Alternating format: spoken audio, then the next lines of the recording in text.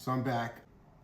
So there's a question that I carry with me I didn't know how to ask when I was young. Because back then I thought that the problem was one man and, one pastor, one bishop. I didn't see the larger scale and the magnitude of the problem that I was in. So one pastor, one relationship that never should have happened. But as I got older, I think something changed in me, and especially as I became a social worker, a therapist, I started to realize something much more unsettling. What I realized then that I didn't know now, that there weren't just one or two bad actors or one or two bad adults around me. There were dozens. There were church leaders, there were ministers, there were evangelists, there were teachers, parents, professionals, people who knew something wasn't right, people who talked about it even, people who whispered about it as well. There were also people who speculated and people who gossiped. We have that in every church dynamic. But almost nobody did the one thing that actually protects a minor child. They didn't report it. And this makes me ask the question, and this episode is really a closing of all of my experiences summarized, but where are the mandated reporters? Where are they? That is the question that lingered in my mind after that, after being in the professional field where mandated reporting was there, implemented. What mandated reporting actually means. Let's talk about that. So let me explain something from my professional vantage point, right? In the United States, many professionals are legally designated as mandated reporters, right? That means if they suspect abuse involving a minor, they are legally required, legally obligated to report it to the appropriate authorities. Their job isn't to investigate it or debate it or pray about it. That's not their job.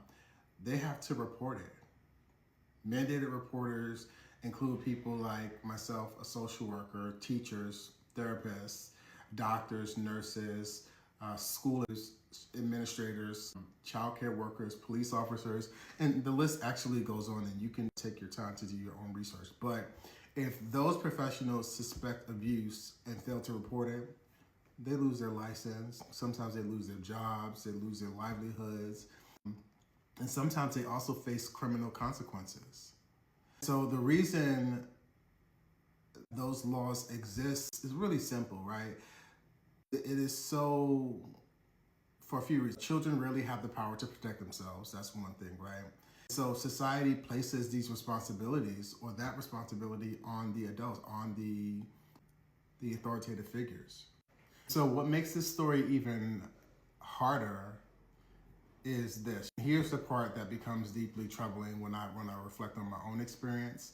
Many people in that church were mandated reporters in their professional lives, at least. Some of them were teachers, some of them were school staff, some of them were childcare providers, people who worked with youth every single day. If they had seen the same dynamic happening between a pastor and a minor in a school setting, they would have legally been obligated to act. They would not have been frozen in this place of ambiguity, right?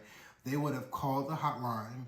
They would have had to file a report because they know that their job was on the line. They knew that something was at risk. They would have felt an obligation because there were consequences for their inaction. Their license was on the line. But inside the church, something changed for them.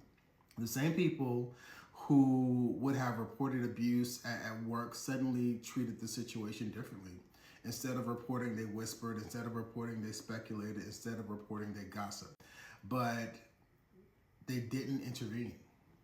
So this brings me to a point that I made earlier in this series, the culture of silence. In religious environments, especially tight-knit church communities, there is often an unspoken rule. People protect the church, especially in Black churches, because we come from the margins of society for various reasons. When we find community, we tend to indiscriminately cling together, not realizing that sometimes we were clinging together in harmful places. Protect the church, protect the pastor, protect the ministry. That rule can quietly override every other moral instinct. So that discernment that you believe that you had, you don't believe that you have it anymore because you're ignoring it at this point. Instead of asking, is this child safe? Or is this person safe? This type of thing doesn't necessarily just happen with children. Abuse of this nature happens with adults as well. Grooming is not a thing that only happens with children, and that's something that I want to talk to in maybe a live session. But, is the child safe? The conversation becomes, what will happen to the church if this gets out? That is the conversation. It shifts to that. That becomes a priority. Instead of asking who is protecting this young person, people ask, who will believe this? Or even worse, people will say, maybe we shouldn't get involved. That is the worst thing that you can, that is the worst conclusion that you can come to. So that brings me to the gossip piece, the gossip that happens instead of the protection that should be happening, right? In my case, the signs were not invisible. People noticed the closeness, people noticed the attention, they noticed the dynamic. I know that because those things were talked about, those conversations were had, but they weren't talked about in the right settings or in the settings of we need to help and support. They were talked about in corners, whisperers, inside conversations, and speculation. And that's one of the most dangerous substitutions in any community, when gossip replaces intervention. When intervention is no longer the priority. But because what happens is gossip will allow everyone to feel like they acknowledge the problem. We said something, we saw something in a gossip nature. They feel they've acknowledged the problem, but without actually doing anything to stop it. You didn't do anything. And that brings me to talking about the role of leadership. There were the leaders, there were the pastors, the elders, the evangelists, people with authority, people who had direct access to what was happening. Leadership carries responsibility. Even the Bible says, to whom much is given, much is required. So in any institution, leaders are supposed to create environments where vulnerable people are protected. But in my case, in my experience, that responsibility was reversed. Instead of protecting the vulnerable, the system protected the authority. The marriage had to be protected. The reputation of the pastor had to be protected. The image of the church had to be protected. Protecting those things meant silencing the problem, and I was the problem in the situation. So what makes this especially personal for me, and now here's where my professional identity changes how I see all of this. As a therapist and a licensed clinical social worker, I am a mandated reporter. If I see signs of abuse involving a minor, I do not have the option to ignore it. I won't ignore it. So this is beyond my moral obligation. This is a professional mandate attached to my moral obligation, which heightens visibility. I see things much clearly now. It doesn't matter if I'm on the clock. It doesn't matter if I'm at work. If I encounter credible signs that a child is being harmed, I have a legal and ethical responsibility to report it, because protecting that child matters more than protecting anyone's reputation.